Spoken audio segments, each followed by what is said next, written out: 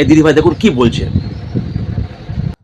মুসলিমদেরকে আরেকটু খুশি করতে গিয়ে বলে ফেলেছেন যে আমি এই গন্ধ ধর্মকে মানি না, আমি আছি বলেই না একটা বিশেষ কমিউনিটি না তোমাদের ঘিরে ধরছে না, তোমাদের 12টা থেকে 13টা বাজিয়ে দিচ্ছে না।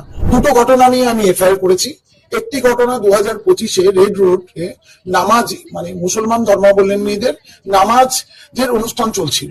সেখানে মুখ্যমন্ত্রী আমাদের মানে তখন উনি কিন্তু মুখ্যমন্ত্রী ছিলেন পশ্চিমবঙ্গের, মমতা ব্যানার্জি সেই সময় ওখানে ওদেরকে সম্বোধিত করতে গিয়েছিলেন অ্যাজ এ চিফ মিনিস্টার। উনি হিজাব পরে মুসলিমদেরকে খুশি করতে উনি সবকিছু করেছেন, মানে হিজাব পরেছেন, নামাজ পড়েছেন, দোয়া করেছেন, সবকিছু করার পরেও শাড়ি খেয়েছেন। কিন্তু হট করে উনি আরেকটু খুশি করতে গিয়ে বলে ফেলেছেন যে আমি এই গন্ধা ধর্মকে মানি না। কোন গন্ধ ধর্মকে মানেন না উনি? হিন্দু ধর্মকে, যেই ধর্মকে পুরো বিশ্ব আইডোলজি হিসাবে দেখে। দ্বিতীয় কমপ্লেন ছিল আমার, উনি এটা রিসেন্টলি ঘটনা 2026-এ বিধানসভা ইলেকশনের প্রচারে উনি একটা জনসভায় প্রচার করতে গিয়েছিলেন। সেখানে উনি বলছেন আমি আছি বলেই না একটা বিশেষ কমিউনিটি না তোমাদের ঘিরে ধরছে না, তোমাদের 12টা থেকে 13টা বাজিয়ে দিচ্ছে না। কোন কমিউনিটি ঘিরে ধরছে না, কাদের ঘিরে ধরছে না? তার মানে মানে মমতা ব্যানার্জির এটাই মতবাদ ছিল যে আমাকে চিফ মিনিস্টার বানিয়ে রাখো, মুসলমানরা তোমাদের ঘিরে ধরে 12টা থেকে 13টা বাজিয়ে রাখবে না, আমি ওদের খুশি করে রাখবে আর তোমাদেরকে আমি সেফটি সুরক্ষা দিয়ে রাখবো। উনি কি মুখ্যমন্ত্রী সেই সময় ছিলেন শুধুমাত্র মুসলমানদের ভোটেই নাকি হিন্দুদেরও? উনি কি মুসলমান কি হিন্দু?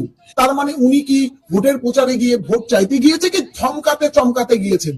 এই জন্য দুটো জিনিসে মর্মাহত, ব্যথিত, ইনসিকিউর, অপমানিত হয়ে আমি প্রধাননগর থানায় এই অভিযোগটা করতে গিয়ে ওখান থেকে আমি যে আইসি আছে পিডি সরকার বাবু, যিনি তৃণমূলের উর্দাধারী গুন্ডা, তিনি এফআইআর কোনোদিনই নেননি, আমি ওখান থেকে রিজেক্ট হয়ে ফিরে শিলিগুড়ি সাইবার ব্রাঞ্চ যেটা উমেন্স পিএস এর পেছনে আছে, আমাকে বসিয়ে রেখে বলা হয় আইসি নেই, আইসি সাহেব আসবে তারপরে করবো। আমি বসেছিলাম, আইসি বাবু মানে বিডি সরকার উনি আসলেন, উনার রুমে নিয়ে গেলেন, নিয়ে যাওয়ার পরে বললেন আমি নিতে পারবো না, যা করার করেন। আমি বললাম আমি কিন্তু আইনজীবী, আমার কিন্তু সাংবিধানিক অধিকার, না হবে না, কিছুই করতে পারবো না, যা করার করে নেন। আপনি বলেন এগুলো কি দুঃসাহসিক ডেসপারেশন না? কোন থানায় অভিযোগ নিয়েছে কিন্তু এইবার নিয়েছে।